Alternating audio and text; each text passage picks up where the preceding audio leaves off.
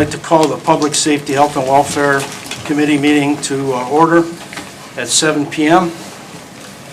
Tonight to discuss two liquor permits. The first is liquor permit number 714-8181. This is a new permit to RRT LLC, doing business as Cilantro Taqueria, 24950 Lorraine Road, North Olmsted, Ohio, 44070. The police have no objection to this. Committee, have any questions or comments? All of council? Okay. The second liquor permit number is 032070304440. This is a new permit to Bob Evans Restaurants LLC, doing business as Bob Evans Restaurant 120, 25853 Lorraine Road, North Olmsted, Ohio, 44070. And there's no objection from the police to this permit. Any comments or questions from committee? From council?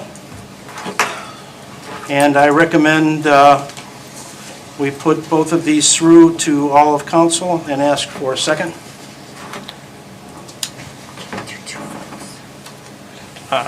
I'll second. I think she's going to recuse. Do them one at a time. You want them separate? Separate. Yep. So liquor permit 714-8181 for RRT LLC, doing business as Cilantro Taqueria, 24950 Lorraine Road, North Olmsted, Ohio, 44070. I recommend this to all of council and ask for a second. Second. That passes 2-0. Oh, ask for the vote. Ask for the vote. We do that at the next meeting. And we have to vote on it in committee. Right, that was for committee. Right, you moved, I seconded. We still need to say yes or no. Okay, so, all in favor? Aye. Abstain. Aye. And you're recusing? Abstain. Okay, 2-0. sorry. The second one, 032070304440, a new liquor permit for Bob Evans Restaurants LLC, doing business as Bob Evans Restaurant 120, 25853 Lorraine Road, North Olmsted, Ohio, 44070. No objection from the police. I ask for a vote from committee to go through to all of council and ask for a second. I will second. Favorable recommendation. Okay? And all in favor? All in favor? Aye. Aye. Aye. That passes 3-0. That ends the meeting at 7:04. Okay, can we keep going? All right. We'll convene the Finance Committee of Council on today, January 25th, at 7:04 p.m. Present are all of council, the mayor, the finance director, the law director, and guests. On the agenda today is 2022-8, a transfer ordinance. I suspect Director Kopfer, you'd like to be the one to present on this. If that's, Please do. If that's your pleasure. Remember, this is the temporary ordinance, so it's basically a third of the budget. But with the mayor's reorganization, which council passed, there were some changes that needed to be made to cover different positions in different divisions. So you'll see that in the mayor's line item. Also, we're doing some badly needed rehab for the mayor and the conference room and the other office that's attached to it that was in need of repairs, especially the restroom and stuff. So that is in capital outlay, and this is the end of it with office furniture and blinds, and there's a cushion in there in case something else comes up, because invariably it usually does. in the Division of Information Technology, this is the MX Hero, Barracuda, and, yeah, that was it. In the contractual services, we talked about it at committee, and we actually had passed it in the budget and moved it around last year, so you're probably thinking, gosh, I feel like we did this, so do I. But we couldn't get the contract signed and through in the last 2 weeks of the year, so I need to put them in the temporary budget to accomplish that.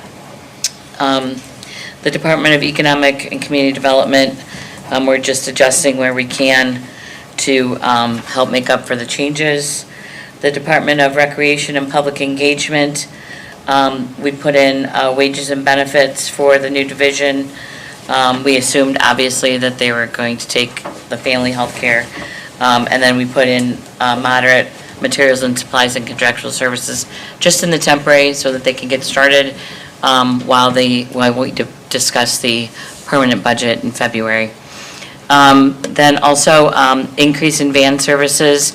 We had some monies in there in the Division of Aging, but because we were basing it on, like, last couple of years, there was very few van trips, but they were picking up, so we want to make sure that we can get our seniors where they want to be. And casualty loss, there was an insurance claim that we had to, deductible we had to pay out, so we wanted to make sure we had monies in there for that. The motor vehicle license tax and state highway, this is just for the street program engineering that we're going to be moving forward on. And the workers' comp self-insurance fund, there was a large increase this year in our excess workers' comp coverage. It's my understanding that it's kind of the industry more than us in particular, but we always pay this in the beginning of the year, so we weren't prepared for that. And I wanted to make sure that we got that paid, so that's in the budget. Thank you very much, Director. Before we get to committee questions, Mayor Jones, is there anything you'd like to add, or? Not at this time, thank you, Mr. Chairman. Thank you. Okay, committee members, are there any questions as to the transfer ordinance?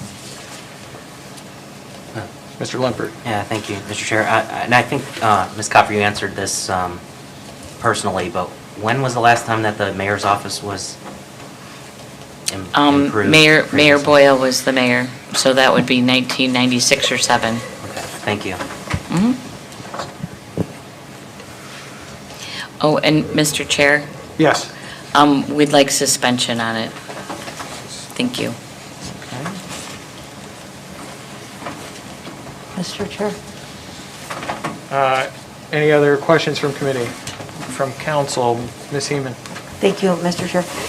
Not a question so much as a comment with regard to, how long it had been since the mayor's office had been redone. There were electrical issues, there were other issues when I went to take a look at it, and I can attest to the fact that our mayor has been quite frugal in that process and those procedures, and in fact, I believe has purchased used furniture for the office. There was no expense with regard to extravagance at all. Things, window coverings were probably cut by $8,000-9,000 from an original proposal from someone else. So I did make recommendations to the mayor of some resources, and I believe she took advantage of those very well, and can provide the information as to the exact costs when it's completed. Thank you. Thank you, Ms. Heeman. Ms. Jones, is it accurate to say that this is more of a repair than a remodel? Yes, Mr. Chairman, that is correct. It is a repair, and as Councilwoman Heenan stated, we did actually go back and look at the scope of the project, and were able to whittle down those costs exceedingly. As she mentioned, I did get, I'm using used furniture that we had purchased from an organization here in Cleveland that rehabs furniture and does that type of thing. And all of the work, too, is being done by our service department employees, and they're doing an excellent job. No need to go out for an outside contract on this one, so. Very good. Ms. Kopfer? I would concur that they've done a good job of getting the needed things done in a budget-friendly way, and I appreciate that. Thank you. Are there other questions from members of council? Okay. I guess the last bow I would put on this is, Mayor, is it accurate to say that we should expect to see your main initiatives in the permanent budget, not this document? This is to carry us forward while that permanent budget is developed. Yes, Mr. Chairman, that's correct. And I expect to have that budget to council within the next few weeks, actually. We'll be preparing that. That's actually the first task on the leadership team, the directors. They will be working on that and getting that prepared for your review so that we can move forward. Okay. Well, are there any further questions? Seeing none, I would move to favorably recommend 2022-8 on suspension and ask for a second. Second. Seconded by Councilman Limpert. All those in favor, please say aye. Aye. That would be 3-0 on suspension, and that will close our committee at 7:12 p.m. Thank you.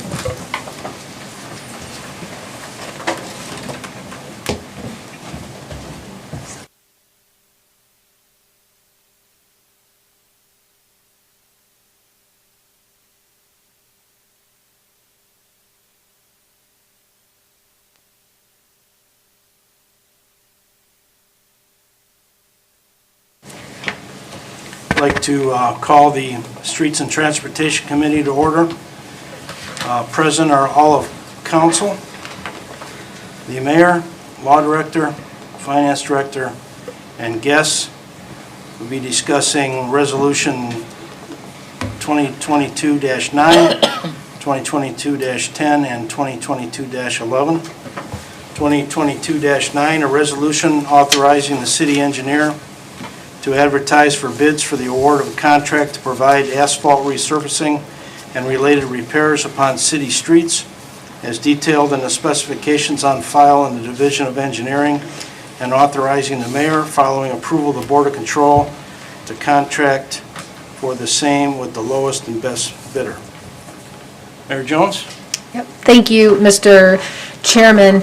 The scope of the 2022 street rehab project includes resurfacing the following streets in North Olmsted: Karsten Lane, Canton Place, Chrisman Drive, Hyannisport Drive, Leanders Lane, Lewis Drive, Ross Circle, Surrey Drive, and Sutton Drive.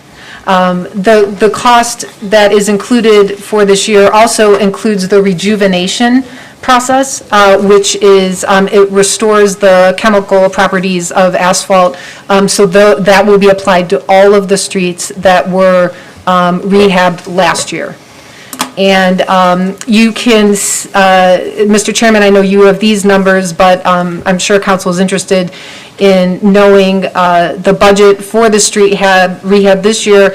It's a $728, which is significantly less than last year's actual budget.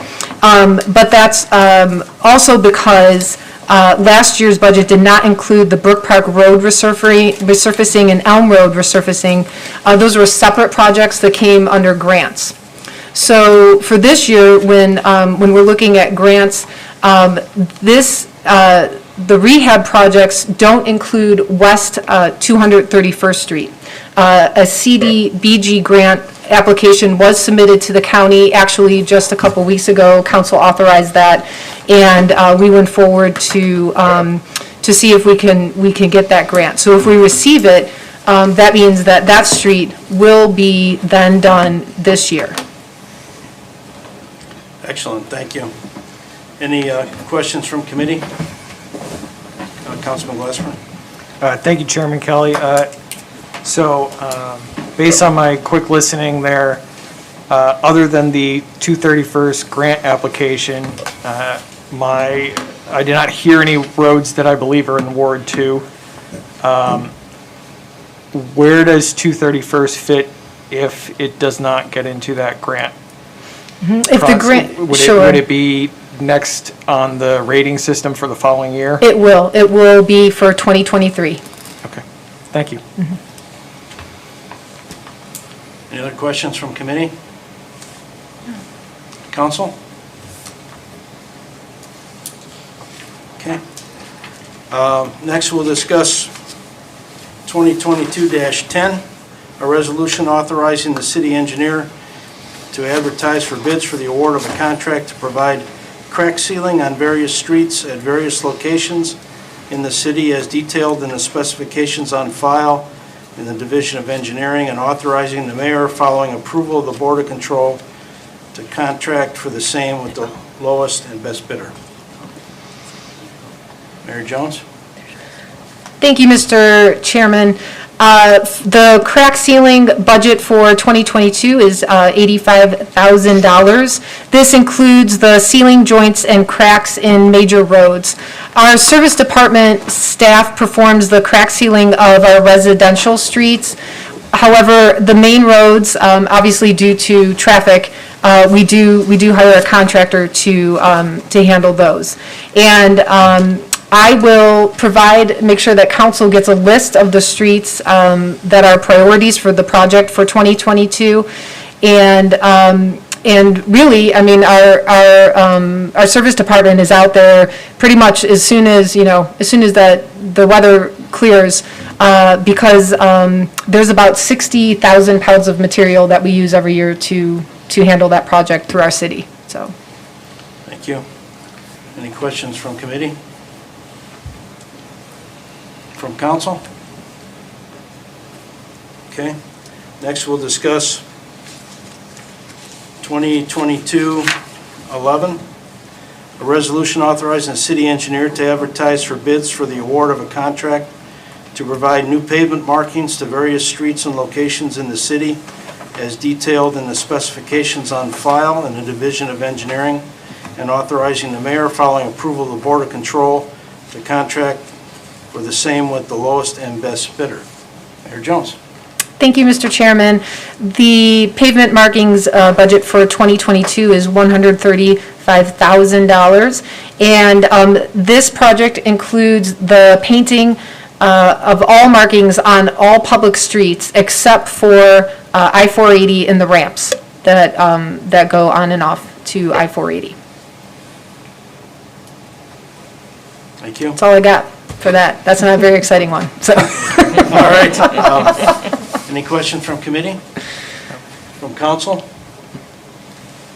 Mr. Okay. Chair, Sorry? just if Mr. I may, Loderick? less of a legal question, but an observation that some of you had made earlier this year, that there were streets some of the streets were striped that hadn't been striped before.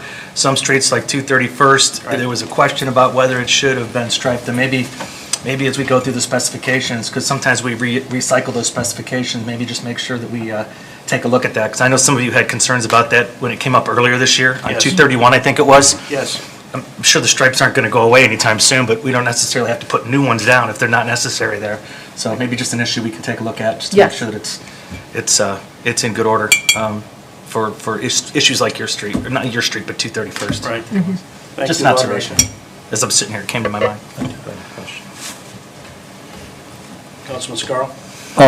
Mayor, the pavement markings, since I'm the new guy on the block here, is that citywide every year for the pavement markings for all our streets? Yes, that's correct. Okay, so all the resident streets, Main.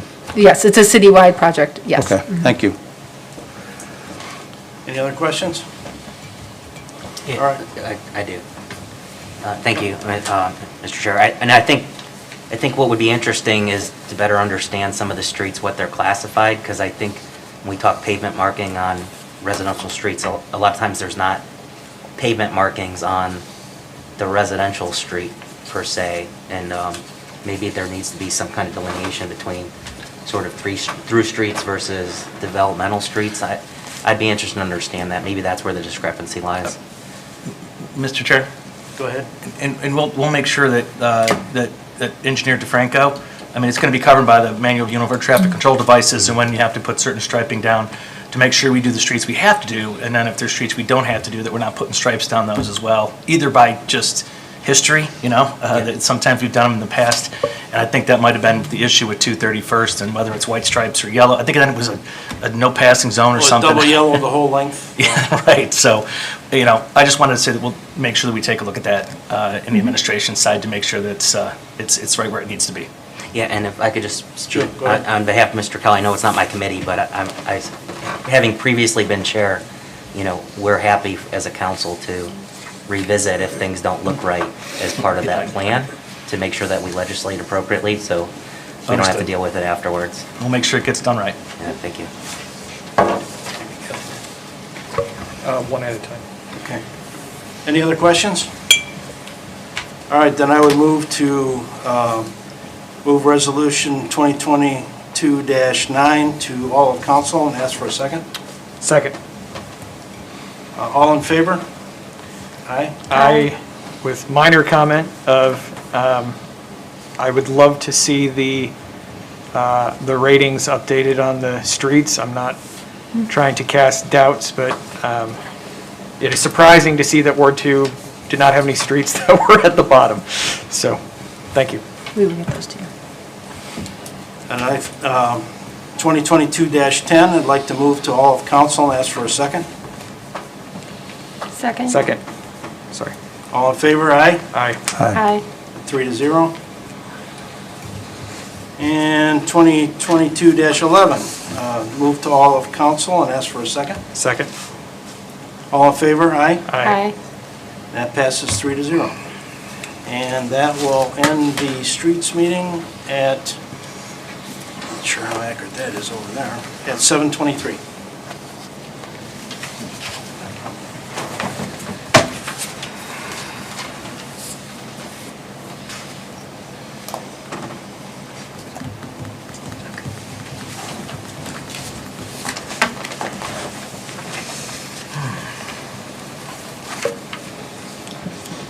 I will call the Intra-Governmental Relations Committee meeting to order at 7:22 p.m.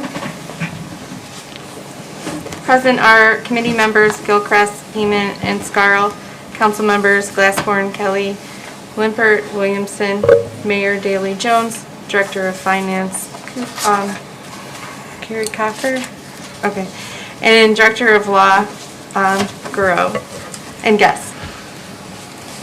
The purpose of this evening's meeting is to interview the mayor's appointments to several director roles. Mayor Jones, would you, first we're going to ask Jennifer Schofield to go to the podium. And then would you like to introduce your nominee? Yes. Thank you, Madam Chairwoman. Council members, I am excited to bring Jennifer Schofield before you tonight as my nominee for Safety Director. The vision that Jennifer sees for this department matches exactly what I'm looking for. The goal is not to micromanage the department, but to work to have our city positioned as a leader in our region on things such as human trafficking, organized retail crime, resident customer service, and the overall health and safety of our residents.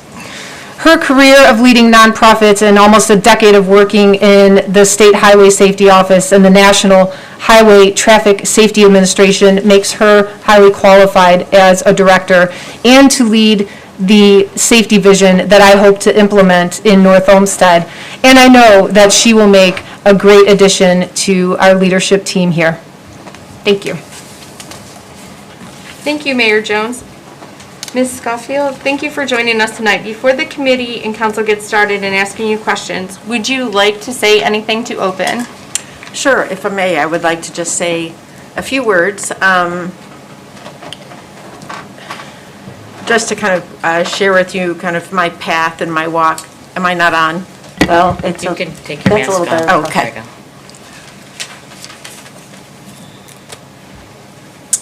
I am a native of Northeast Ohio, growing up in Macedonia, but I did live in Maryland for over 13 years, where I worked in highway safety, which is a big part of the story I'd like to share with you tonight.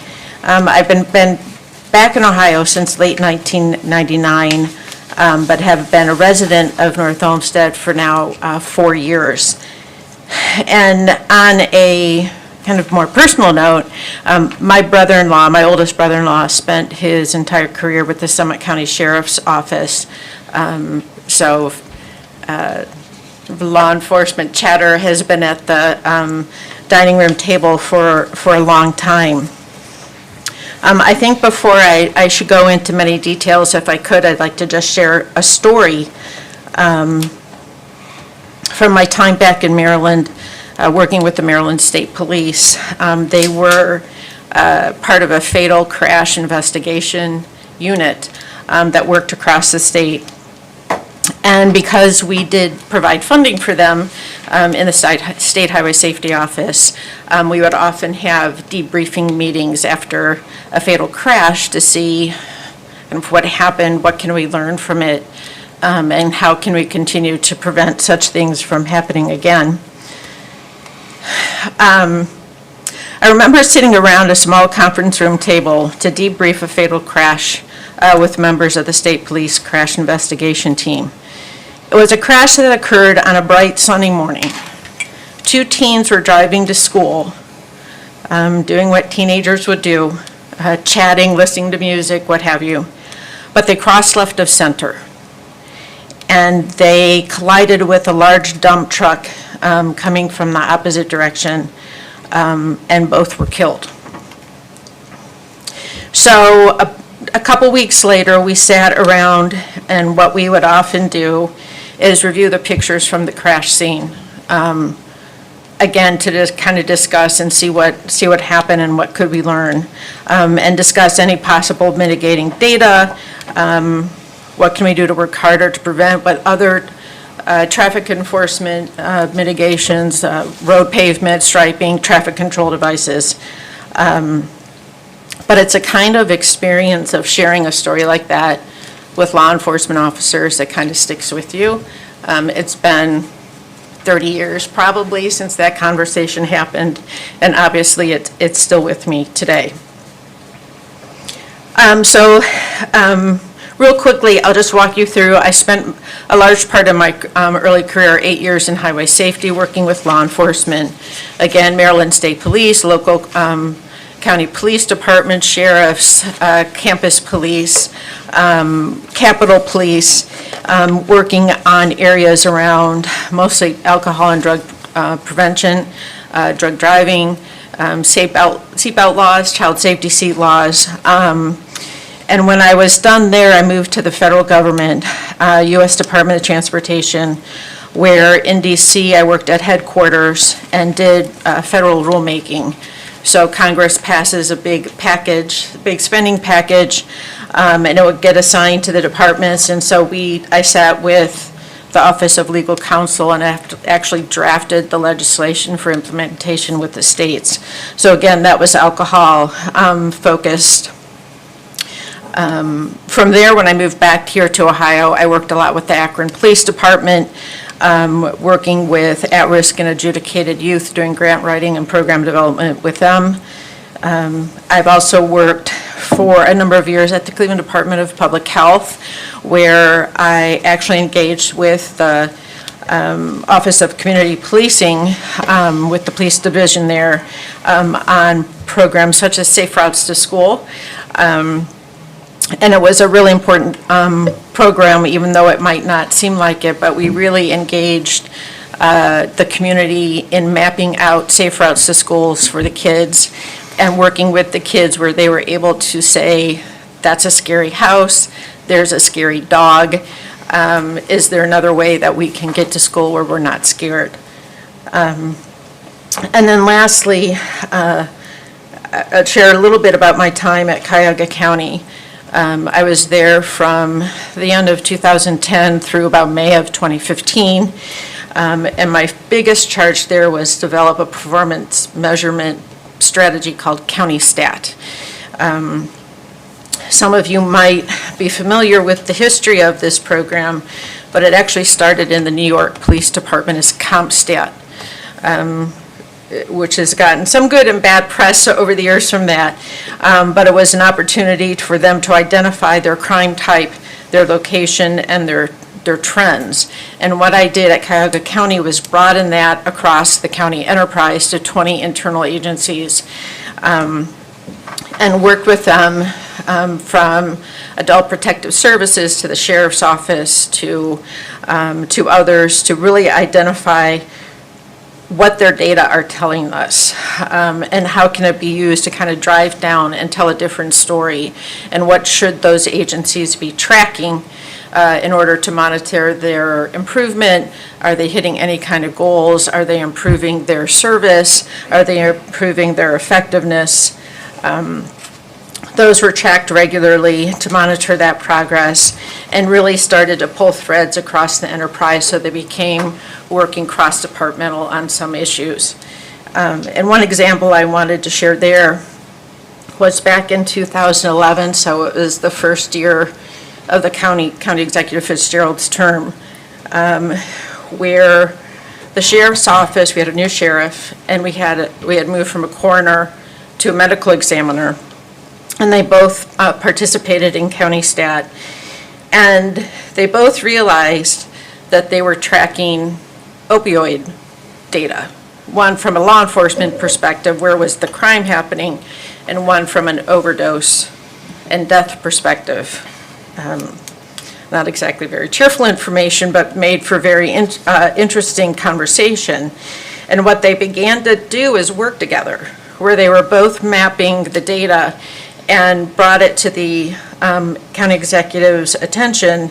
That kind of raised the alarm bell on the opioid crisis back in 2011. So they were able to map it and see where it was across the county by working together from a health perspective and a safety perspective to try to address that same issue. So in closing, I'd just like to say one, thank you to the mayor for providing an opportunity to meet with you this evening. I do have over 30 years of experience where I've really developed a broad set of skills that I've applied to any number of issues, and I know I can do it here as well. Police, fire, and building all have strong leaders and teams. They know how to do their jobs. I'm not going to interfere with that unless I have to, unless something comes up that needs my attention. But what I really want to be here to do is help them be better at what they do, to help find the resources they might need, to provide training they might need, to help them drill down into their data so that they can do better at their work. I want to make sure that North Olmsted is at the table where we need to be, where we might not be now, so that we can become a leader, not only here, in our West Side community, but across the county, and help lead with some of these issues that are important to the mayor's vision. So those are my few words. Thank you. For my first question, I want to know why you want this job. Well, I think, first of all, I'm a resident here, so I would always love the opportunity to serve the city where I lived. I lived in Cleveland for over 15 years and had the opportunity to do it there. But really, it kind of takes me back to that beginning of my career when I was in highway safety, and kind of that feeling I got of really trying to make a difference, where you saw community issues from multiple lenses. And so I think kind of, in my case, kind of bringing some of that public health, traffic safety, community policing work together here in North Olmsted could make for some really interesting work, and kind of take a broader picture look at safety than perhaps before, and see what we can do from that angle. Okay, perfect. Okay, so Ms. Heeman and Mr. Scarl, as members of the committee, do either of you have any questions before I open it to council? Go ahead, Ms. Heeman. Thank you, Mr. Scarl. Thank you, Madam Chair. I do. I'd like to welcome you, first of all, and thank you very much. I find your background to be very interesting. I didn't quite get it at first, okay, because traditionally, we're used to seeing a candidate that has, you know, a direct link to police or fire by either having been in service or having other criteria. I mean, basically, you know, having a badge or having, you know, been a firefighter is very commonly what we see here, or at least what I have seen as a council person. After going into your resume a little deeper and then listening to you speak and making some notes, listening to our mayor, of course, I kind of liken it to when we interviewed our business development and economic development director. We had been used to a little bit of a modest level, and that position has now been elevated to a very broad scale, you know, to take us into a bigger arena. I believe, in listening to you, I have heard that, and the mayor, that the purpose is to become a county leader in public health, where we had not ever been before in any kind of public health. When the pandemic hit, I don't think that, I mean, I was calling people that I knew that had businesses that could donate gloves to us. We really had no preparation for our employees, our staff, let alone then our residents. I believe that your background would help us in the realm of public safety, and that it will elevate and expand the scope of, you know, where we're going to be in service to a more, I'll call it, county sort of position, where I think other cities have sort of fallen behind and not really pursued that. So I'd like to really understand, if you don't mind, explaining to me. So you seem to have created a process in each job that you have had, a master process, I'll call it. So you designed a system, you took all of the employees together and made a system, you increased the number of employees and their level of expectation and delivery of services. So if you could explain a little bit more to me, please, about, you know, the measurable goals. So in your position at as the CEO of the Hunger Network of Greater Cleveland, I know that people don't think that's public safety really, but, you know, hungry families are a big concern. Sure. And that, you know, obviously we do food drives, our police at fire, we all jump in and do collective efforts for those kinds of things. Explain to me the development, implementation, and monitoring of new measurable goals through strategic planning, because I think that sort of will fall into the police and fire areas here, if you wouldn't mind giving me more detail about that. Sure, I'd love to. So while I was at Hunger Network, we undertook a kind of strategic planning process, which hadn't been done in a number of years. We actually worked with a consultant to help us do that. But we set it up in a few different ways. One, we brought in board members to be part of the process. Staff were part of the process. To kind of set out, like, what is it that we really need to be doing in 3 and 5 years for Hunger Network. But the interesting part is that we also interviewed some of our key constituents, so some of our pantry managers and some of our clients, to get their feedback on where we should be going.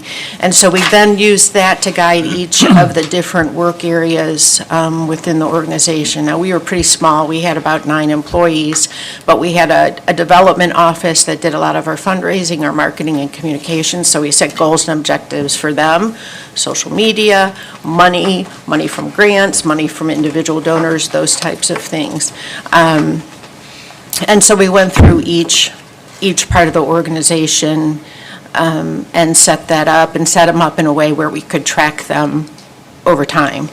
Okay, and so then in that process also, grant writing, you know, leaps right off the page, because while that sounds more of like a planning function, not really necessarily in a safety realm. If you could explain, how you think you could help our police, fire, and then our public health safety as well through that, your grant writing Through experience. grant writing. Right, I have been on both sides of the table of grant writing my entire career. So I've been, when I was in the federal government, I had the opportunity to kind of help distribute money. But by and large, I've been writing grants in my nonprofit work and even in my government work, such as with the City of Cleveland Department of Public Health.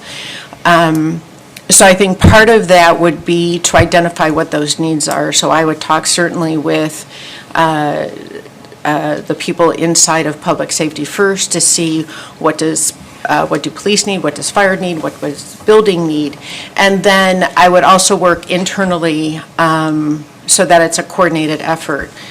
Is there something that public safety and community and economic development have common goals with, and is there some joint grant writing that we could do there? So I would try to piece all those things together.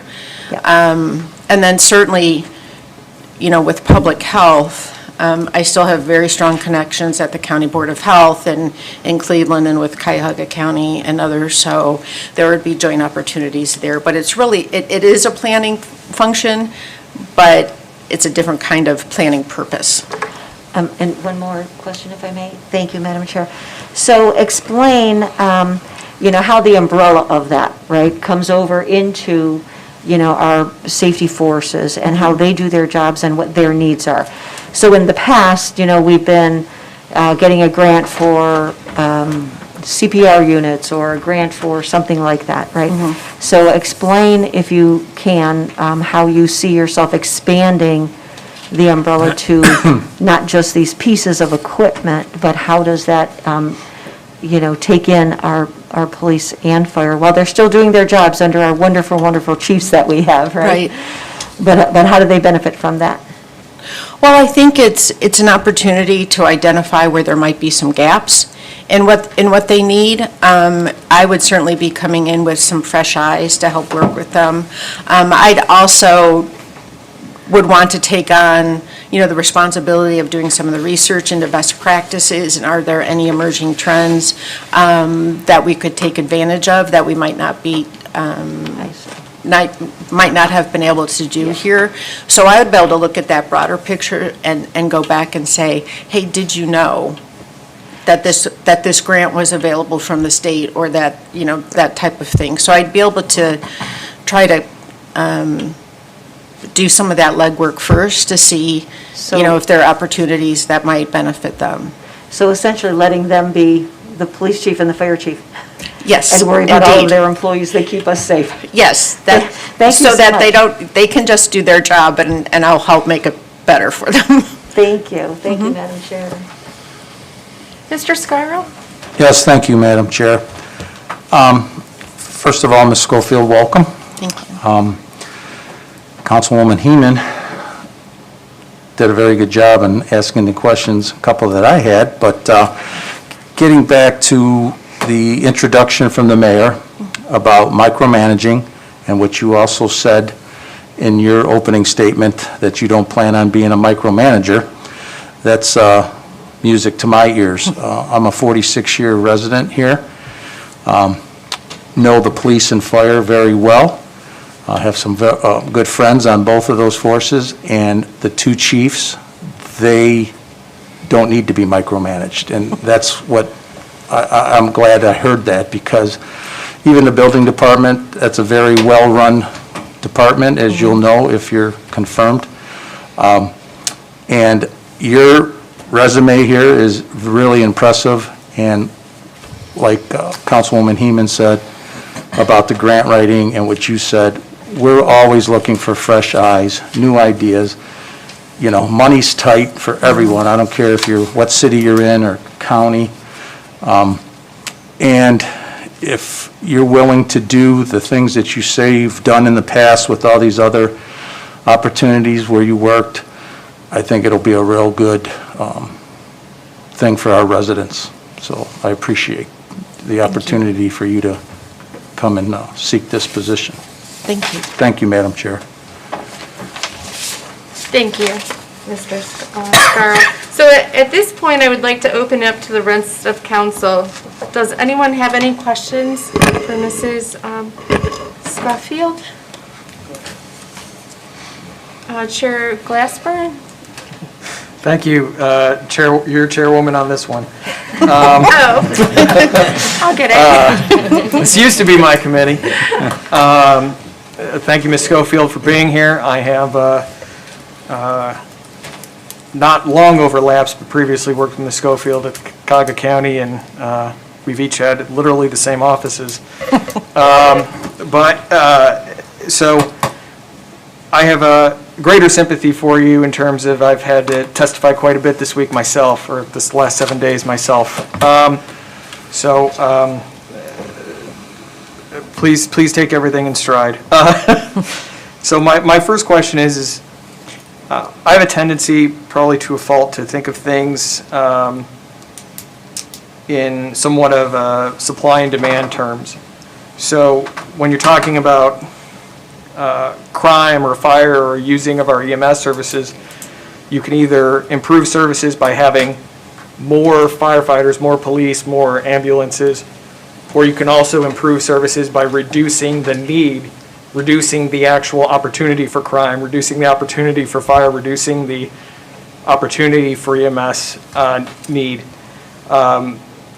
With the mentioning of human trafficking, I will say that there's at least a couple spots in my ward and near my ward that I think give safe haven to some of these issues. Could you talk more about what your plans are in terms of, again, for lack of a better term, reducing the opportunity for crime or reducing the opportunity for exploitation, prostitution, drug use, that kind of thing? Well, I think there's a few things that I could do to help, and one would be, first, of course, take an assessment and talk with the police department in particular about what is already going on, what they're seeing, where they're going, what their information is telling them. But I think there are also some local resources that I could get us, again, if you will, to the table at. And one is the local collaborative to end human trafficking. I am familiar with the organization, so I went back on their website to check to see if North Olmsted was a member, and we are not. And that's actually a really, really well thought of local group, and their offices are in Westlake. So I mean, that's one start, is how can we get plugged in to better understand what's happening in the region around human trafficking. Prevention, prevention is an opportunity that does that upfront assessment, and what are some of the best practices in detecting, being able to observe and see where human trafficking is, what are the signs, what can people be looking out for, so doing some kind of that education as well. But a lot of it would be getting North Olmsted kind of plugged into these local resources so we can see what's going around.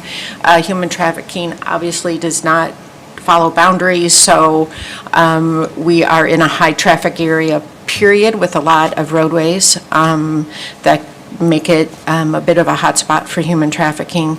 So I would first work with the safety forces to get an assessment, and then I'd get us plugged into other resources so that we could share information. Madam Chair, if I may continue? Yes, please. Thank you. I believe last calendar year, if not very shortly before that, Councilwoman Williamson passed legislation to allow for a voluntary registry of cameras in our city. It wasn't really embraced by the previous administration. There aren't a lot of ways in which we as council people can do a lot to help you, but I suspect that might be an opportunity to provide additional resources, and especially on things like package theft or car break-ins, that if we did a little more outreach with the residents, that we might have more literal video eyes on the situation. We would hope that you might have some interest in re-examining that ordinance that that Councilwoman Williamson brought to us. So, Okay. thank you. Another question? Are you done? I'm done for the moment. Thank you, Okay. Madam Chair. Anyone else? Mr. Limpert? Thank you, Madam Chair. So just a couple questions here related to the safety roles and responsibilities, and perhaps the mayor needs to chime in, but can you just lay out a little bit of your experience as it relates to collective bargaining?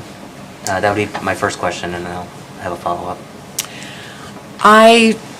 I have some experience with it. When I was at the City of Cleveland Department of Public Health, the last position I held there was Deputy Health Commissioner,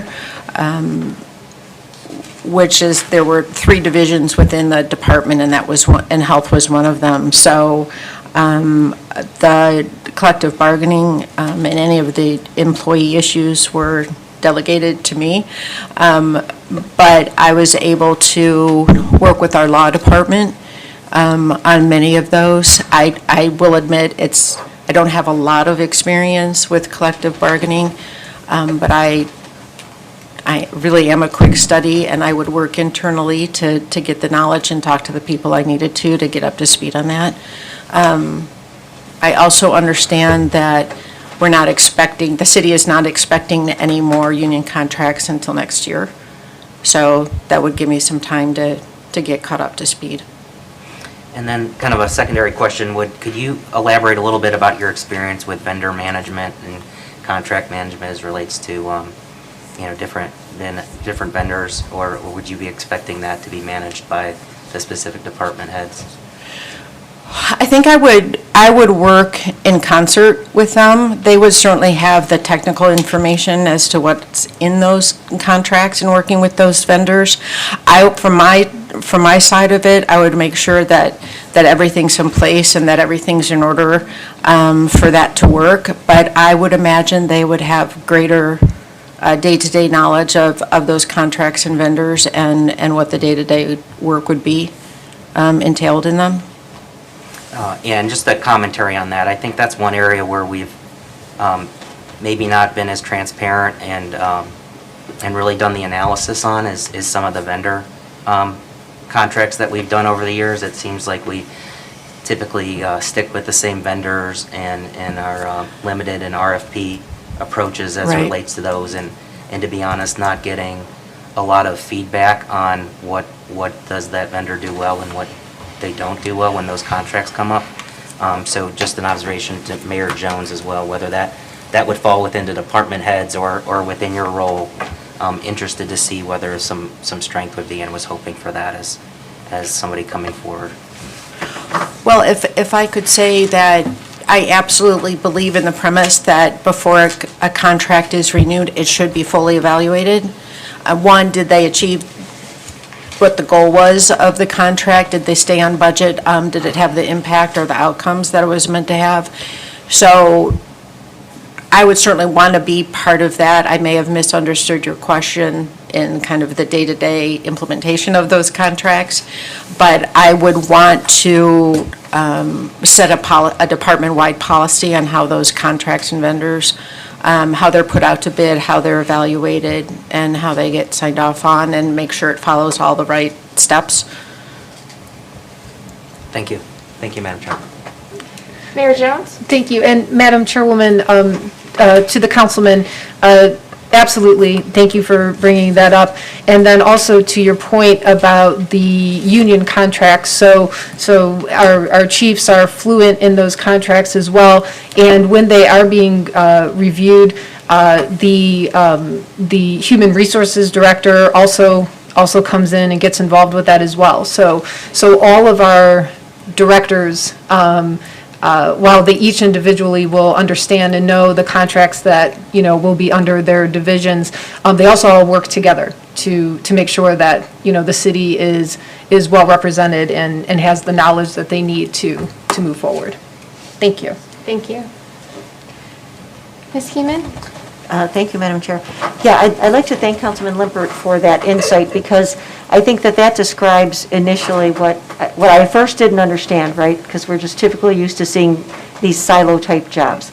That the vision of our mayor is, this more global, where all the directors are together, so that these things don't get pieced, parsed, and we don't know the details, then that we have better contracts. So, thank you, Councilman, for that, because I think that was a very good example of, when the light bulb went off in my head, when I really dug into the resume and saw the broader picture for a little bit broader scope of our government.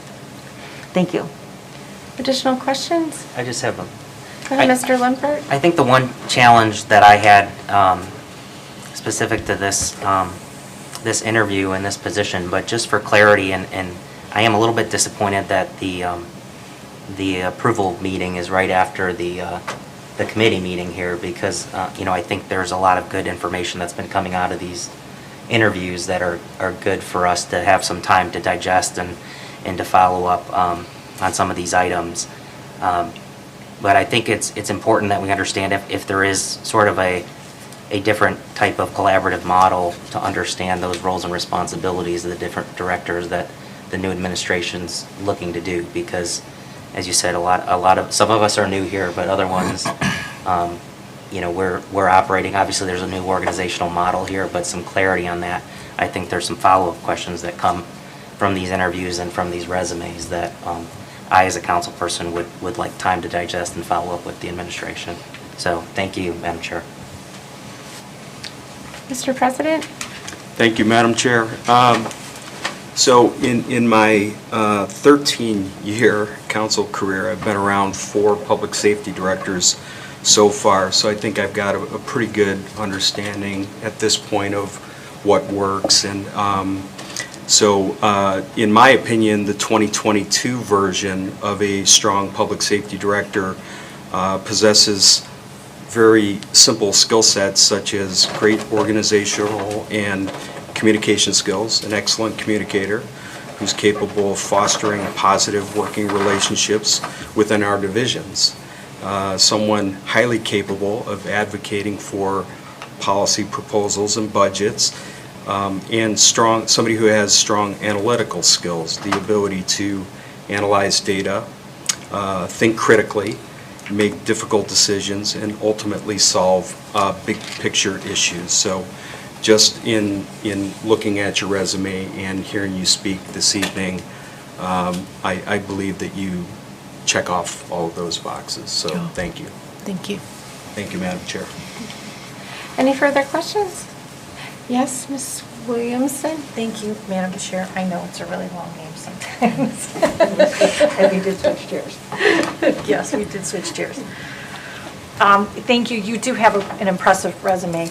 I did want to know that, I know you said earlier that you did not plan on micromanaging the departments, but how, the police and fire have kind of operated kind of outside of the gamut of City Hall.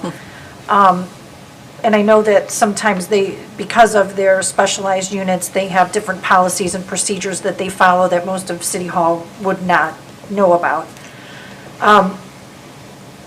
How would you receive either internal policies, whether they be staffing or safety issues within these departments? Are you going to require the chiefs to run these by you before they implement them? Or are you going to continue to allow them to do what's best for their units and their staff? I think it's a little bit of both. One, I would want them to they will know what's best and the best kind of practice for what they need to do. But I don't want to be isolated from that. I think as the director, I should at least be aware of what's going on and why they're doing it, because I want to understand what they're doing and how it fits into the overall human resource policy, and make sure that it's not really way off the mark in any way. So I would want to make sure that what they're doing makes sense for them, but then also fits into the overall policy for the city. Okay, and what if so they know what works for them? Mm-hmm. And if they wanted to implement some protocol, which you might not agree with, but it works for their unit. How do you plan on handling that? Are you just going to tell them, no, they can't do it, or?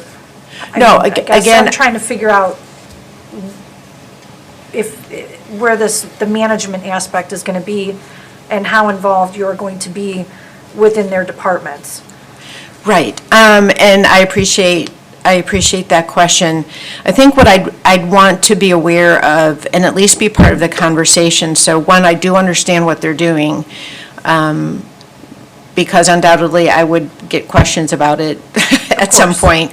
But I do want them to have an understanding and have that dialogue with them, so I understand. And if I don't agree with it, I want to be able to talk with them and be able to have a question answered and say, okay, help me understand why you're taking this approach, or why is this better for this unit within your department, so that I understand that. And I want their work to be able to go on and to do what they need to do about their daily business. If that policy is something that's really out of step, then, we'd have to come to some kind of compromise. But I would sit down and work on that compromise with them. Again, I don't want to be isolated from that, but I don't want to be getting mucked up in it either. I think we have to build a relationship of communication and trust in doing that. Mayor, continue. Thank you. Thank you. Any further questions? May I Yeah, continue? yes, Ms. Williamson. Thank you. You had mentioned earlier about data tracking. How extensive do you plan on getting within both the police and fire departments? Well, it depends on what the work is they want to do. I looked at the police department's 2020 annual report, and there's some good data in there. They had some nice pie charts and graphs, but I'd want to kind of dig deeper into that a little bit more. And it could be that they already have the information, but, and maybe try to see if there are any patterns or clusters of crime, like what, where are the burglaries? Can we map them? Is there something going on in a cluster somewhere in the city that might trigger some additional work? So I'd want to dig down deeper into what those data are and what they can tell us, so that we can try to do some predictive analytics around it, or just try to do some prevention and redirect some of the patrol or something like that. So then who would be responsible for gathering the data that you're talking about? Or are you planning on perhaps putting together a system that will automatically draw it out? Well, the data should be there. So it'd just be a matter of actually looking at the raw data. But it would be interesting to set up like a little mini city stat within department, especially police and fire, to see where there are intersections. I also think, and to see if there are some joint efforts that they could be doing together. I also think would be really interesting between police and economic and community development to do some work together too, on crime and burglary and theft from stores and that kind of thing, to see how they can work together. If we're seeing increased store break-ins and some of those types of things, then how can we work with economic development to try to solve some of those problems? So there could be some cross-departmental work there as well. Yeah, continue. I'm glad you said that, mentioned the store thefts, because it's the mall management, some of the retail stores there will not prosecute shoplifters. So it's no secret that you can walk into a store and take what you want and walk out, and no one's going to stop you. And I believe that's really part of the demise of what's happening. There's no accountability there, and it's just, a constant battle with theft and other issues. I lost my train of thought there at that moment. I want to just jump back to the trafficking issue. I know that you had talked about reaching out to an agency to possibly collaborate with them. But if there's an ongoing investigation that the police are doing, I mean, obviously that's information that can't be divulged. How are you going to handle the transmission of your concerns with this agency and our police department? Are you I mean, referencing that? Would it be, let me just explain, would it be something that, are these just in general matters, I guess, is what I was trying to get at? Or are you talking about investigations that the police are doing and then trying to coordinate with other agencies? No, this would be, if you might be referencing the collaborative to end human trafficking, which is, it's really just a large group of partners from a variety of sectors who have their own kind of stake in preventing trafficking. So it would not be any case-specific discussions, but rather what's happening in our area. Are we seeing the same kinds of things? Are there connections, between cities or across the county? It's mostly a county base, but it also engages it engages like private sector corporations. It brings in the Rape Crisis Center, Tri-Seek, police. I mean, it's a number of different agencies. It's a relatively large group. So it's really just information sharing and talking about best practices and what are the data now. What's happening in Cuyahoga County with human trafficking? Are the numbers going up, or are they going down? Or, that type of thing. So it would not be anything that was case specific. Okay. Madam Chair, one last question, please. I remembered what I was going to ask you. So if we're going to go back to the theft issues, our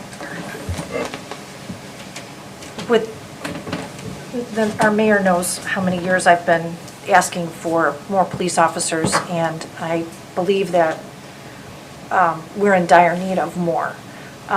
We've lost a number of officers due to retirements. Some have been released from their duties, for various reasons, which puts us back behind where we need to be.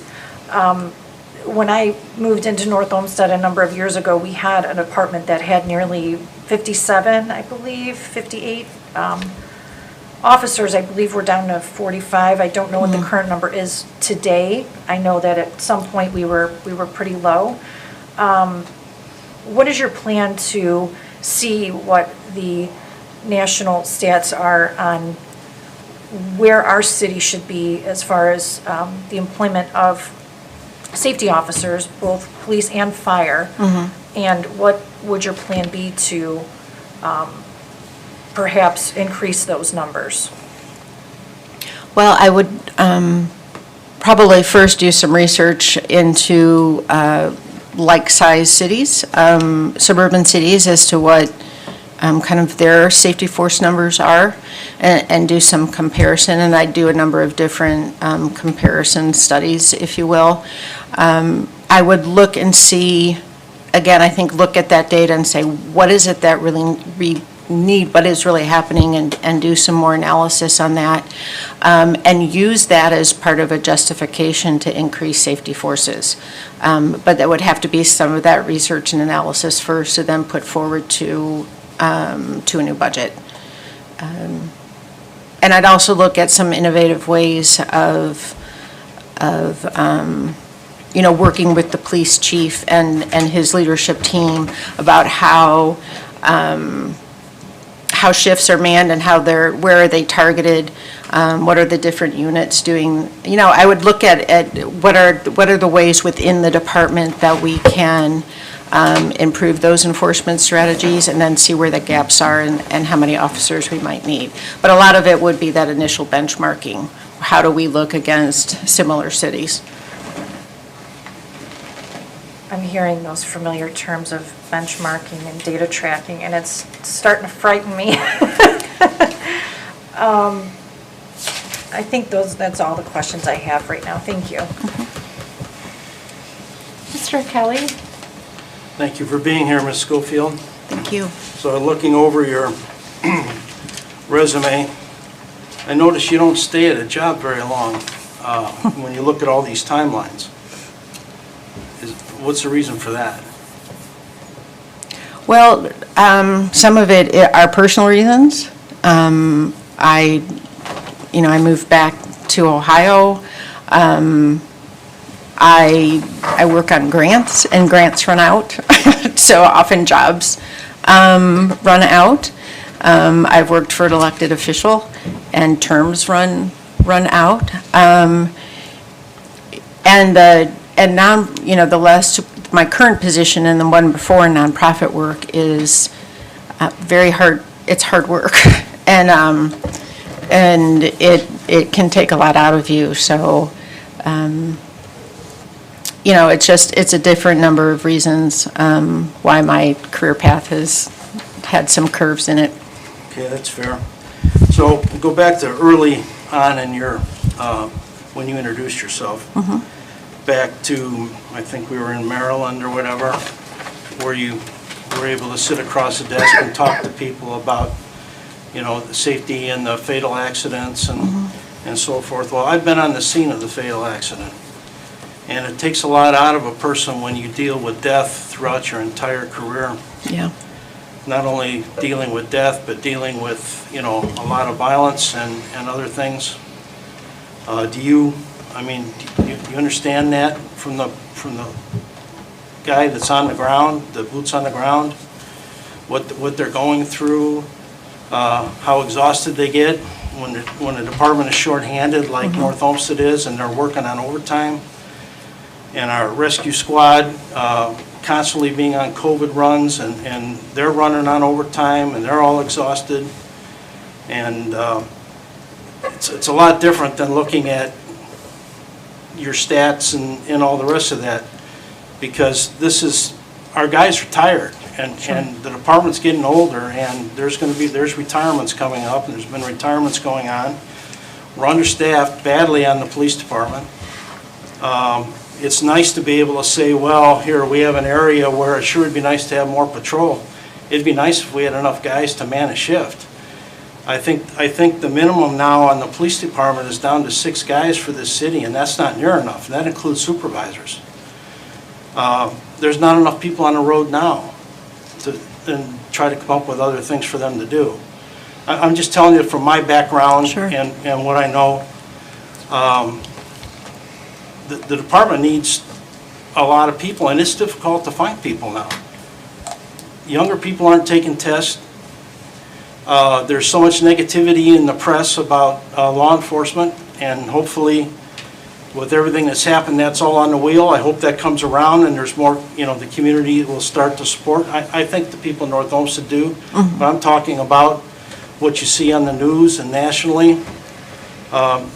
It's just tough to get people. When I took tests back in 1970s, there was 400 people, 600 people you're testing against to try to get a job.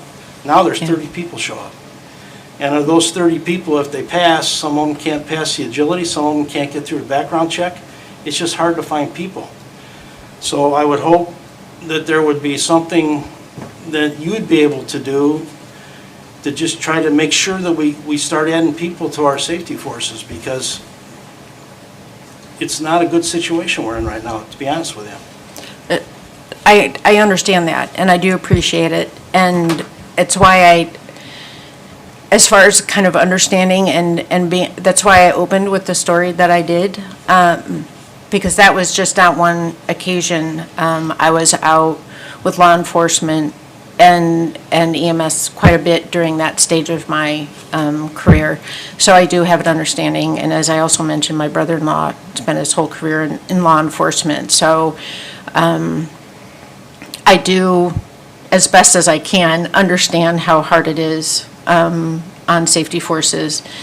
And I would need to go, I just want to go in and talk and listen and hear what's going on from them. And one, not only what's the best way to try to increase the forces itself, but then what can I do to help with the exhaustion and the stress and those types of things too, because it does go, that burnout I know is strong.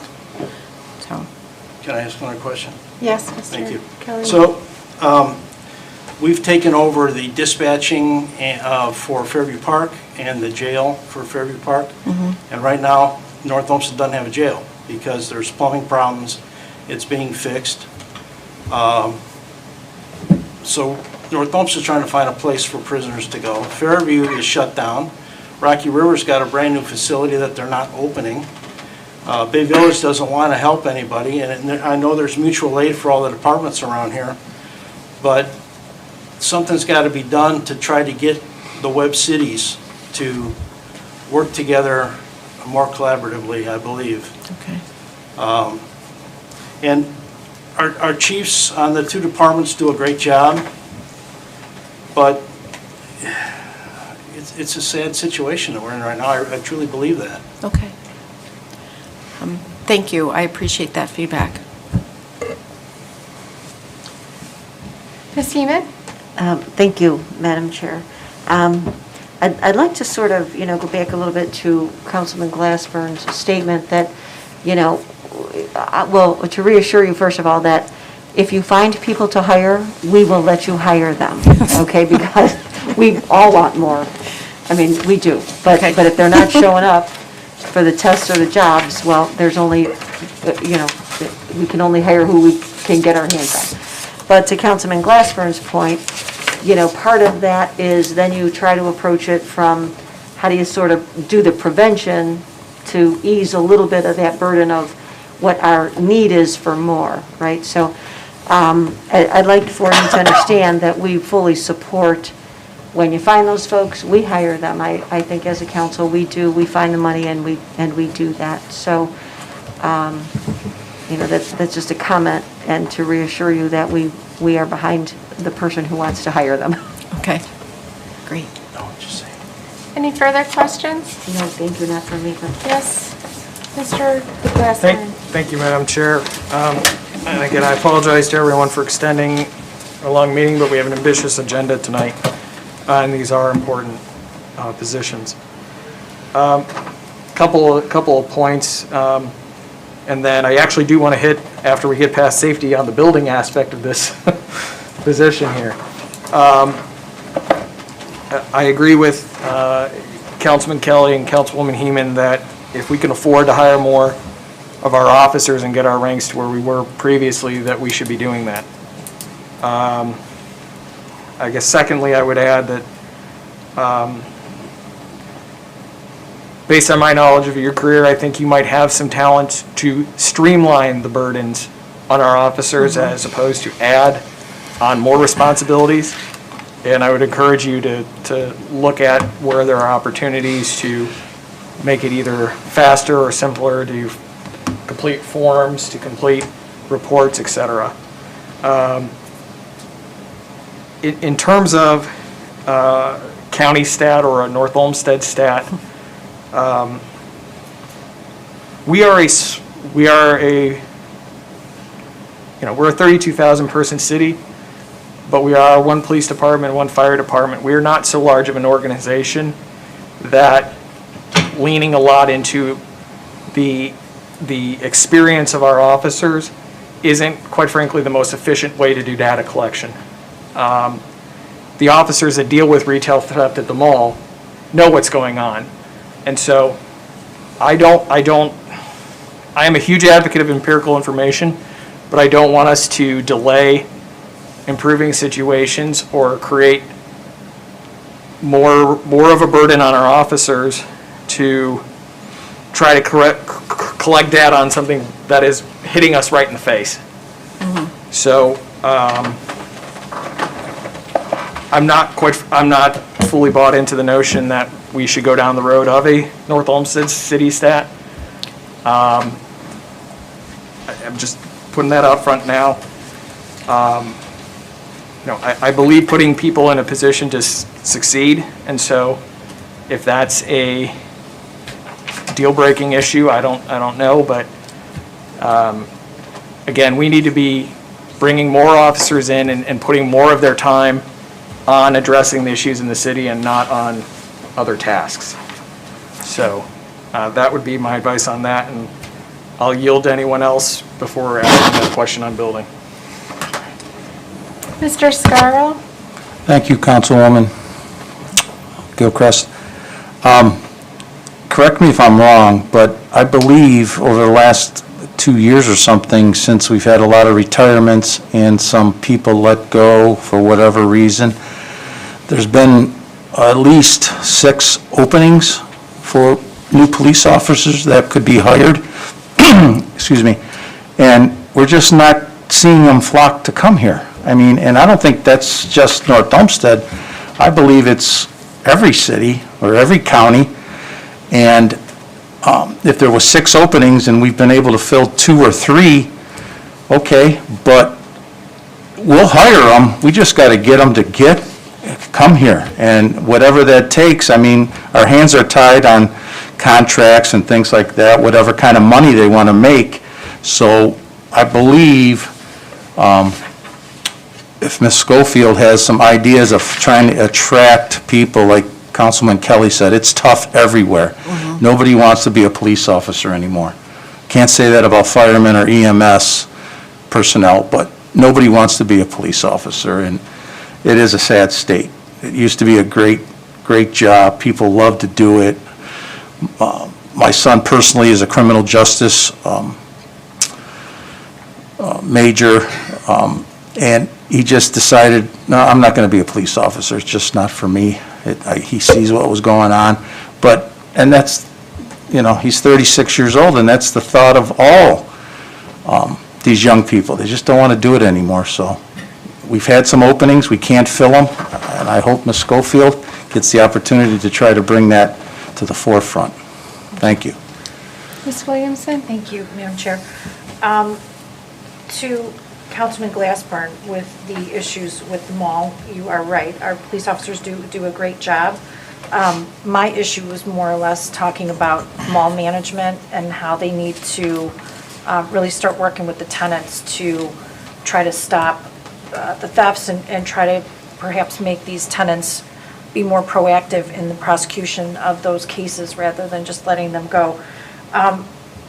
The other issue to Councilman Scarl would be competitive wages. I don't know where North Olmsted is, but I think we might be a few dollars off. Perhaps Mayor might even know that, because that could be an issue holding people back from joining North Olmsted. And those, to Madam Chairwoman, to the Councilwoman, I don't have those numbers right now, but yes, that is something that we're reviewing. Right. No, I didn't think, I wasn't asking for them. Thank you. Thank you. Okay.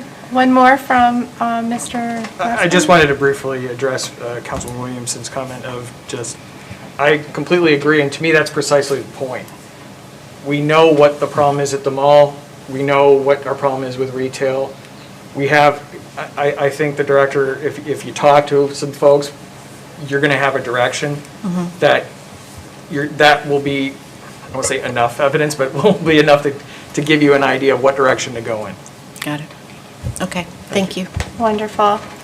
We need to wrap it up here soon. We have a lot more to do today. Mr. Kelly? I'd just like to, thank you, Mr. Chairman. I'd like to just piggyback on Councilman Scarl said. North Olmsted has started to do lateral entry to try to bolster the force a little bit.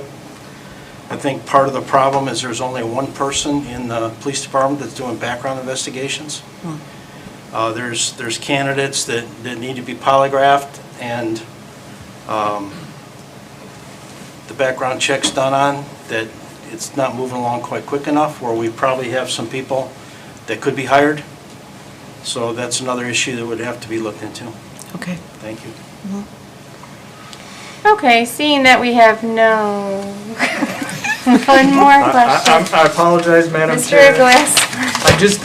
I wanted to at least very briefly hit on the building question, because that's been a hot button issue, and and I think most, if not all, my colleagues would relate that we are hopeful that the building department will reflect what the mayor campaigned on of taking an approach that they are a resource to assist residents and retail and commercial to improve their facilities. And while they have a law enforcement function, that is not their sole function. Okay. That their job is to assist. Okay.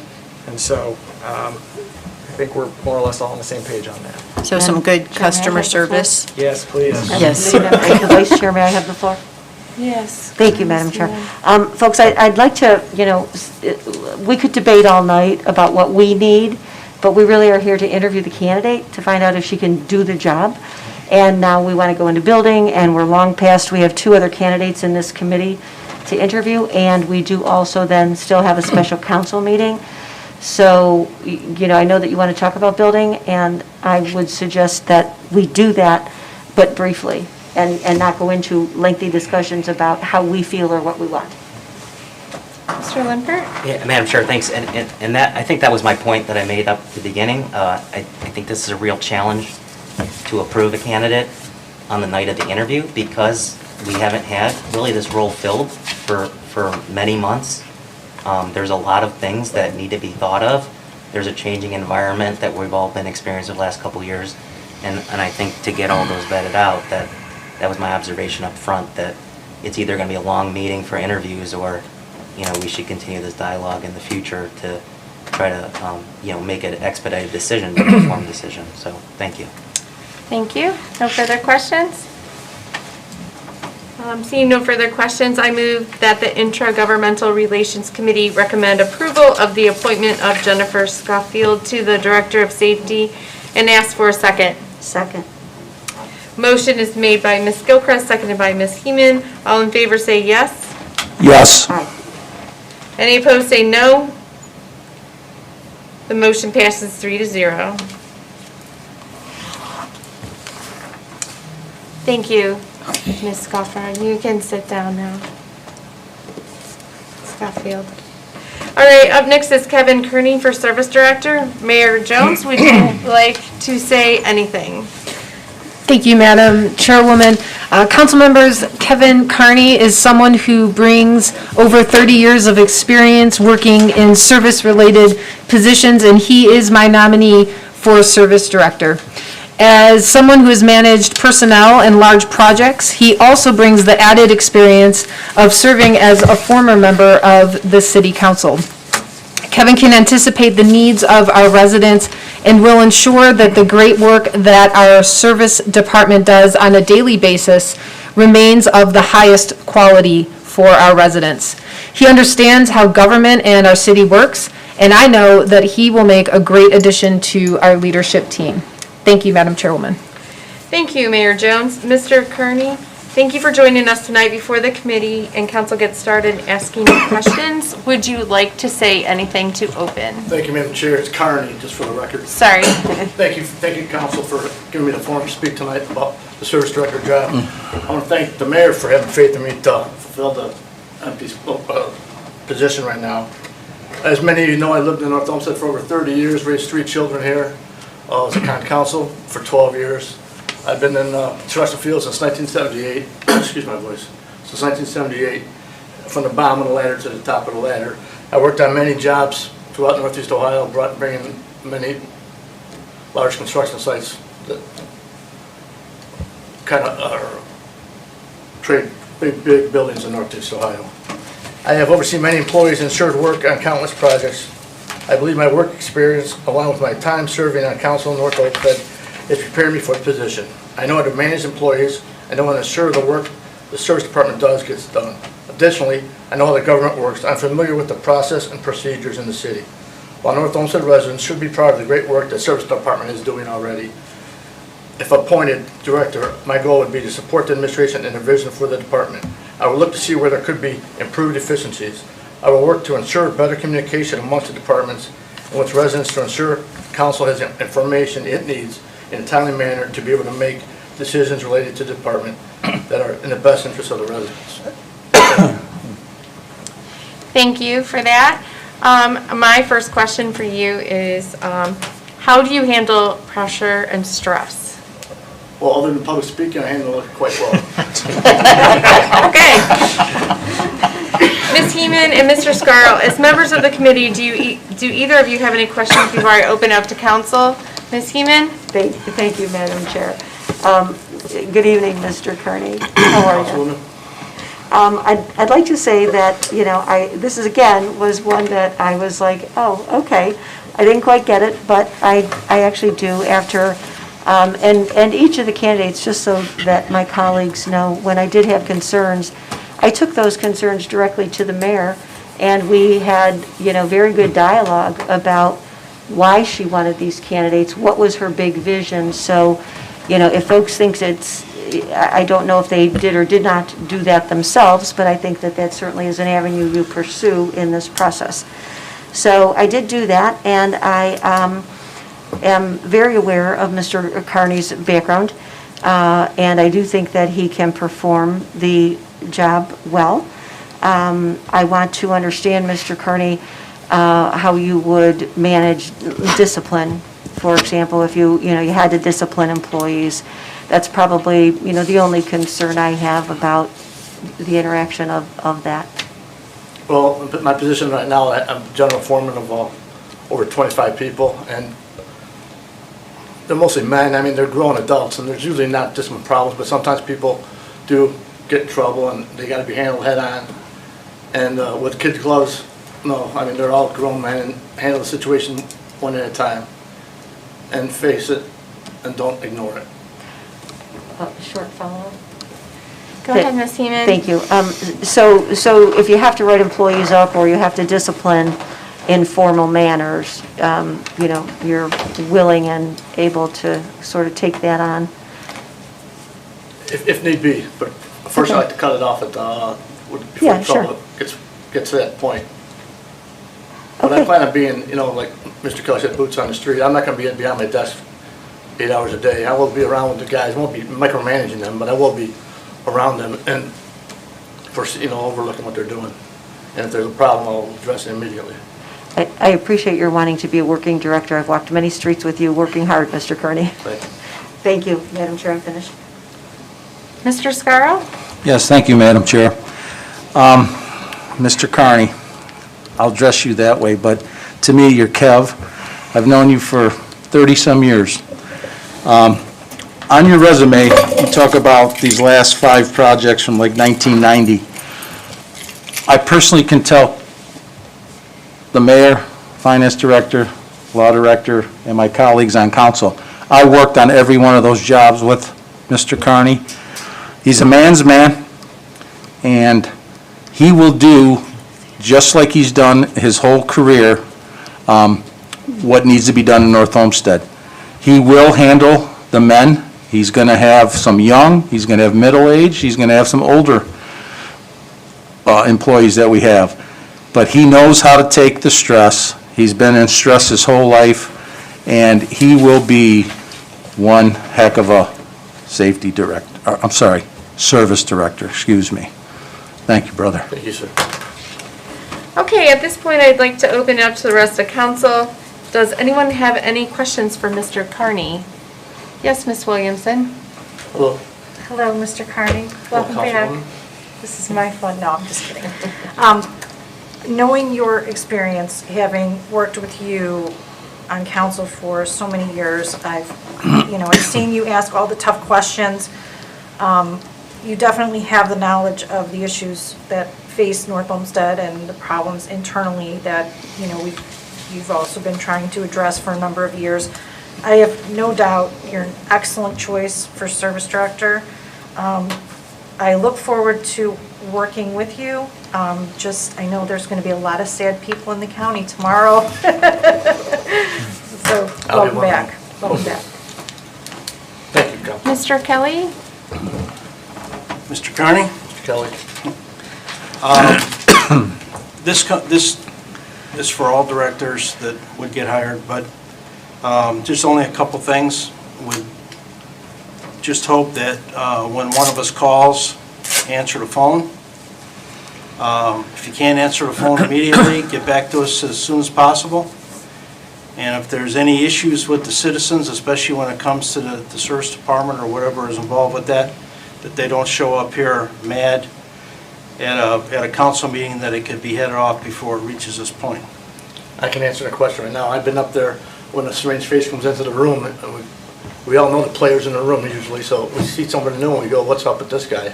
And it's because a director didn't answer the phone or didn't face the problem head on. And I know I will do my best not for that to happen to you guys and ladies. To go knock on the door and see if we can help them, we will help them. If we can't, at least they'll know that we can't, it's not our job, but we'll address it and communicate with them what the process is. Thank you. That's important. Mr. Limpert? Yeah, thank you, Madam Chair. Mr. Carney, I just have two requests of you in this role. First is to make sure that you have a handle on all the upcoming contracts and that those are presented to council. And I would ask the courtesy to get an idea when it's a vendor contract, that we get some feedback of whether an RFP or evaluation might be warranted, so we can do that in enough time that we're not crunched to have to approve it at the last minute. And the other item that I would ask is just to try to be transparent as possible with roadmaps of things like street plans. We do pretty well at that, but getting visibility on some of those things, even things like the plow routes or the priorities. I know we talk about mains versus secondaries versus residential, but really being able to understand like how that's approached, so we don't have a lot of confusion of, well, they did this street 15 minutes ago, and mine was skipped. Things like that would really benefit us as a council to get into another layer of detail, and I know you're the man to be able to collaborate with council and communicate to make sure that we get that transparency. So thank you. I'll be happy to. Any further questions? Mr. Glassberg? Thank you, Madam Chair. Thank you, Mr. Carney, for coming forward. Again, I've had the unique benefit of working at the same organization as this nominee, as the previous. And I can say that I know that Mr. Carney can be a great leader of men and women. Yeah, sorry, I forgot. That's okay. And we're looking forward to you joining our team. Thank you, Madam Chair. Thank you, Councilman. Any other additional questions? Seeing no further questions, I move that the Intra-Governmental Relations Committee recommend approval of the appointment of Kevin Carney to Director of Service and to ask for a second. Second. Motion made by Ms. Gilchrist, seconded by Ms. Heeman. All in favor say yes. Yes. Any opposed say no. The motion passes 3-0. Thank you for your time. Thank you. Thank you. Finally, Mayor Jones, would you like to introduce Lisa Kidd, your Director of HR nominee? Yes, thank you, Madam Chairwoman. Would you like to go to the podium as well, my friend? Council members, I'm very happy to bring Lisa Kidd before you tonight as my nominee for Human Resource Director. She has worked for the city of North Olmsted in human resources for almost 3 decades and is someone who is respected by the employees of our city. When Mayor Gallo exited the position to assume her role as mayor of Parma Heights, Lisa has been running the department. And I will tell you that her and the staff of the Human Resources Department here have been invaluable to myself and to our transition team as we've transitioned here. With Lisa's wealth of experience touching on all aspects of the Director of Human Resources position, I know that she will make an excellent addition to our leadership team. Thank you, Mayor Jones. Ms. Kidd, thank you for joining us tonight. Before the committee and council get started in asking you questions, would you like to say anything to open? Certainly. I have worked here for 30 years in the Department of Human Resources. I am responsible for the coordination and the administration of the employee benefits. I also administer the city's self-insurance workers' comp program. I oversee the general liability insurance. I have advised the HR director on many personnel issues in the past. I have experience in civil service. I assist with the staff development and recruitment. I'm familiar with the legislative process. I know pretty much every aspect of HR. Actually, I will correct that and say I know every aspect of HR. I have touched everything in that division at one point or another in my career. I'm very appreciative for this opportunity, and I'm looking forward to hopefully working with all of you. And I just want to thank you for your consideration. Wonderful. I do like to mention that I think it's great that we would climb the ladder from within our city and promote somebody within our city. So at this point, Mrs. Heeman and Ms. Scarl, as members of the committee, do either of you have questions before I open it up to council? Yes, Ms. Heeman? Thank you, Madam Chair. First, I'd like to thank you for coming before us to interview. And, you know, the surprises just keep coming. Who knew that you worked at Pax River Naval Base? Oh, yes. Right. My brother-in-law is a career pilot. Really? Yeah, it's a nice base. It's a beautiful base. It is, thank you. So anyway, yes, I think you're very well qualified. I have dealt with you before, interacted with you before in our Human Resource Department through, former Director Gallo and then yourself. I believe that you have all of the qualifications that we need, and you know our city and our employees very well. So I don't really have, a lot of questions, except, maybe to ask, are you okay having to, come to council all the time? I mean, and that process is probably the only thing you have not done in that department, because of course Director Gallo did that, yeah. Correct. That process is probably something that I have not done. I will say that will be a learning curve for me, but I'm confident that over time that will improve, and I think I'll be fine in coming in front of council. You're doing just fine now. Thank you. Thank you, Madam Chair. Any further questions, Mr. Scarl? Thank you, Madam Chair. Thank you, Ms. Kidd, for coming tonight and wanting to accept this new role. I know you've worked in HR for about 30 years, which thank you for that.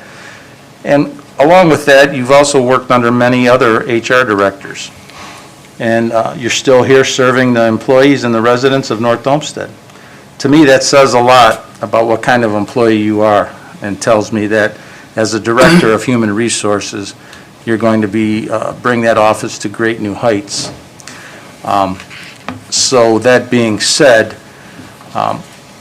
what is the plan for your current job as employment specialist? Because what you've done, and I've known you for 20-some years since my wife's been an employee here, you do unbelievable things, especially with the health and welfare of the employees, everything you do in that aspect of that job. Will you be looking for someone to do exactly what you were capable of doing? Because that's the most important. I know you'll be the director, but the job that you have now is the most critical one. As the director, I would like to still stay hands-on with a lot of the things that I do, especially healthcare. That is a passion of mine. And next to wages, it's the most important thing to our employees. And so I think it's important that you are involved with it. I don't want somebody bringing me numbers at the end of the month and telling me how our plan is performing by just looking at numbers. I want to know what those dollars are paying for. I want to know what our employees are utilizing the plan for. I want their feedback still. I think that when you go to the table to develop a plan design, that in order to ensure that our employees have the best possible plan while still a cost savings to the city and the residents, I think that you have to be really engaged.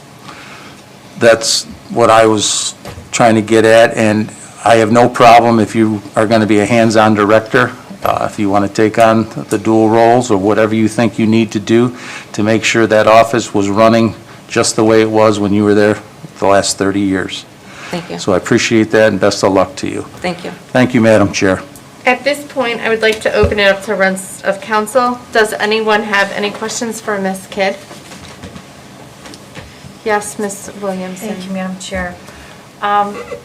Hello, Ms. Kidd. I don't think we have ever met in person. I don't think so. All these years, but I have heard your name a number of times from both of the directors that I have worked with in the past, and I can say that you are a total asset to the department. I know that you're going to do great things, and I'm so glad to the mayor has put you forward before us, because I'm very confident that you are going to do a marvelous job for our city. So, thank you. Thank you. Mr. Limpert? Thank you, Madam Chair. So first off, I'm encouraged that the mayor has rearranged some of the organization responsibilities of HR, which I feel is a benefit to you to be able to be that more hands-on type director, which I as a council person fully value you having that experience in that area to be able to do that. What I would ask is, given that you've had so many years in that role, what would you say is your primary, one of the first primary objectives you'd want to accomplish, given the director role? Well, I think that Director Gallo did a great job with our division. I think one of my main focuses in the beginning would be training. Our employees have had training in the past, of course, but I think annual training is important with things like sexual harassment, drug and alcohol, ethics training, certainly customer service training. Our employees are out there with the public every day, and I think it's essential that we train them to deal with the public effectively. Thank you. Any further questions? Seeing no further questions, I move. Thank No? you. I had my hand up, but then I pulled it back because it was really just going to be more of the same. Sometimes the answer is right in front of you. And I just want to thank Mayor Daley Jones for recognizing that the answer for the HR director was right in front of her. And so happy that we have some homegrown talent, so to speak, that we're going to be hopefully promoting to that position. So congrats in advance, perhaps. Thank you, Mr. President. Any further questions? Seeing no further questions, I move that the Intergovernmental Relations Committee recommend approval of the appointment of Lisa Kidd to the Director of Human Resources and ask for a second. Second. Motion is made by Ms. Gilchrist, seconded by Ms. Heeman. All in favor say yes. Yes. Any opposed say no. The motion passes 3-0. Thank you to all the candidates for coming this evening. Council is having a special council meeting tonight in order to allow the full council to vote on the nominations. With nothing else on the agenda, the Intergovernmental Relations meeting will conclude at 9:46 p.m. 8:46. Yeah.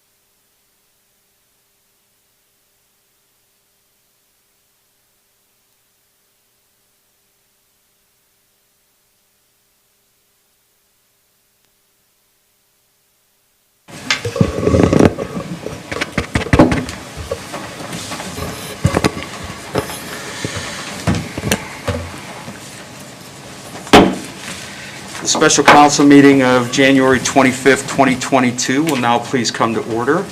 The audience is invited to join council in the reciting of the Pledge of Allegiance. Pledge allegiance to the flag of the United States of America and to the republic for which it stands, one nation, under God, indivisible, with liberty and justice for all. Will the clerk please call the roll? Mr. Broussard. Present. Ms. Gilchrist. Here. Mr. Glassburn. Here.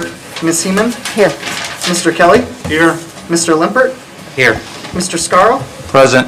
Ms. Williamson. Present.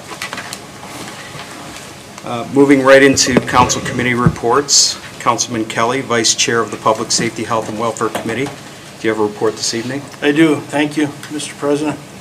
Public Safety, Health, and Welfare Committee met tonight at 7 p.m. Present was all of council, the mayor, law director, finance director, and guests. Discussed were 2 liquor permits. The first was liquor permit 714-8181 for RRT LLC, doing business as Cilantro Taqueria, located at 24950 Lorraine Road. The police department had no objections. The committee voted 2-0 to recommend to council, with Councilwoman Williamson abstaining. The second was for liquor permit 032070304440, Bob Evans Restaurants LLC, doing business as Bob Evans Restaurant, 120, located at 25853 Lorraine Road. Police department had no objections. The committee voted 3-0 to recommend to council. Mr. President, at this time, I move to not object to liquor permit 714-8181 RRT LLC, doing business as Cilantro Taqueria, located at 24950 Lorraine Road, and ask for a second. Second. Motion made by Councilman Kelly, seconded by, who seconded it? Councilman Glassburn. Roll call, please. Mr. Kelly. Yes. Mr. Glassburn. Yes. Ms. Heeman. Yes. Ms. Williamson. Abstain. Mr. Limpert. Yes. Mr. Scarl. Yes. Ms. Gilchrist. Yes. That passes by a vote of 6-0. Mr. President, Councilman. at this time, I move to not object to liquor permit 032070304440, Bob Evans Restaurants LLC, doing business as Bob Evans Restaurant 120, located at 25853 Lorraine Road, and ask for a second. Second. Motion to not object made by Councilman Kelly, seconded by Councilman Glassburn. Roll call, please. Mr. Kelly. Yes. Mr. Glassburn. Yes. Ms. Gilchrist. Yes. Ms. Heeman. Yes. Mr. Limpert. Yes. Ms. Williamson. Yes. Mr. Scarl. Yes. That passes by a vote of 7-0. Mr. President, the meeting ended at 7:04 p.m., and that concludes my report. Thank you, Councilman. Councilman Limpert, Chairman of the Building, Zoning, and Development Committee, do you have a report this evening? No report this evening, Mr. President. Thank you. Thank you. Councilwoman Heeman, Chairwoman of the Recreation, Public Parks, and Building Committee, do you have a report this evening? I do not. Thank you, Mr. President. Thank you. Councilman Glassburn, Chairman of the Finance Committee, do you have a report this evening? I do, Mr. Chair, thank you. The Finance Committee met this evening at 7:04 p.m. Present were all of council and the directors of law and finance, as well as Mayor Jones. On the agenda was 2022-8, which is the temporary budget. Director Kopfer hit on the capital outlay, the MX Hero, some senior van services, and funding for divisional organizational changes. There was a brief discussion on the thriftiness of the mayor's repair of the mayor's office, and a permanent budget with the mayor's agenda will be forthcoming soon. The legislation was recommended to council 3-0 on suspension, and the meeting concluded at 7:12 p.m. And just want to make absolutely sure we're not addressing this tonight. We're going to address this at the council meeting next week. Yes, all right. That concludes my report. Thank you all. Thank you, Councilman. Councilman Kelly, Chairman of the Streets and Transportation Committee, do you have a report this evening? No report this evening. I'll have it at the next meeting. Thank you. Councilman Scarl, Chairman of the Environmental Control Committee, do you have a report this evening? No report, Mr. President. Thank you. And Councilwoman Gilchrist, Chairwoman of the Intergovernmental Relations Committee, do you have a report this evening? Thank you, Mr. President. I do have a report. The Intergovernmental Relations Committee met at 7:22 p.m. tonight, January 25th, 2022.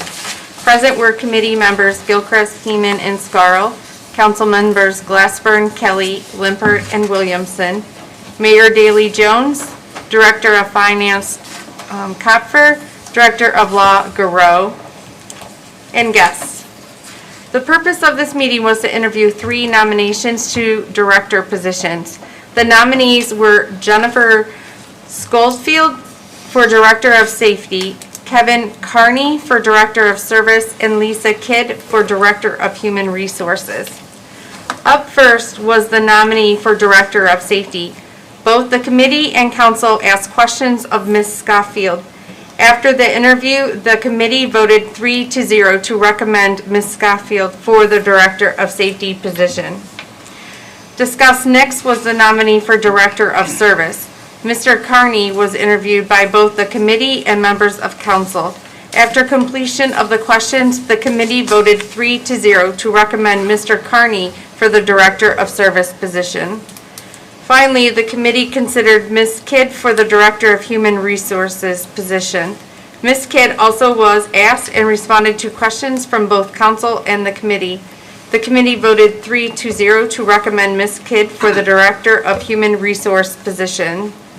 Mr. President, at this time, I move to approve the appointment of Ms. Schofield to the Director of Safety position and ask for a second.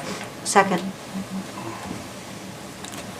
Motion to approve the appointment of Jennifer Schofield to Director of Safety made by Councilwoman Gilchrist and seconded by Councilwoman Heeman. Roll call, please. Ms. Gilchrist? Yes. Ms. Heeman? Yes.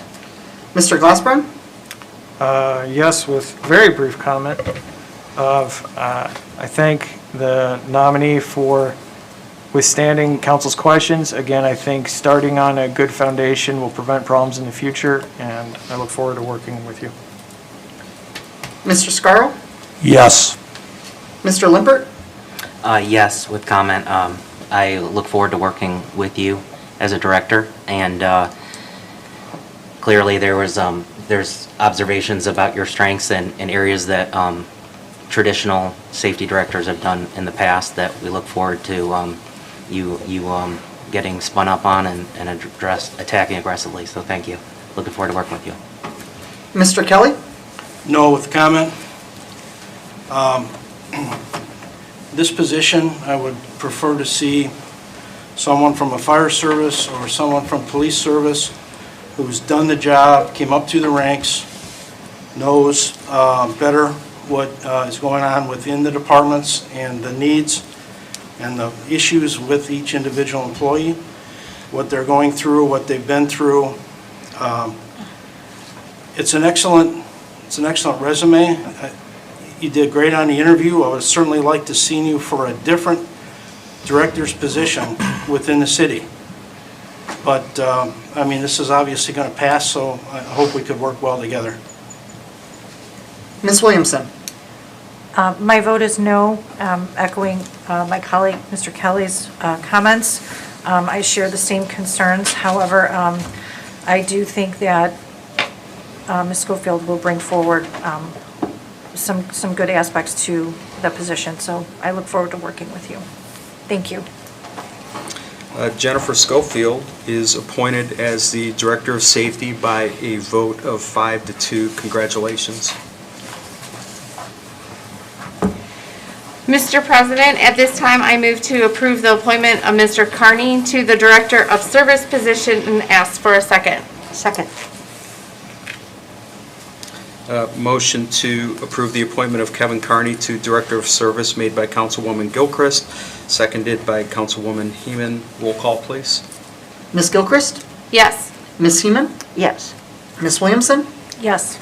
Mr. Kelly? Yes. Mr. Limpert? Yes. Mr. Scarl? Yes. Mr. Glassburn? Yes. Kevin Carney has been appointed as the Director of Service by a vote of 7-0. Congratulations. Mr. President, at this time, I move to approve the appointment of Ms. Kidd to the Director of Human Resources position and ask for a second. Second.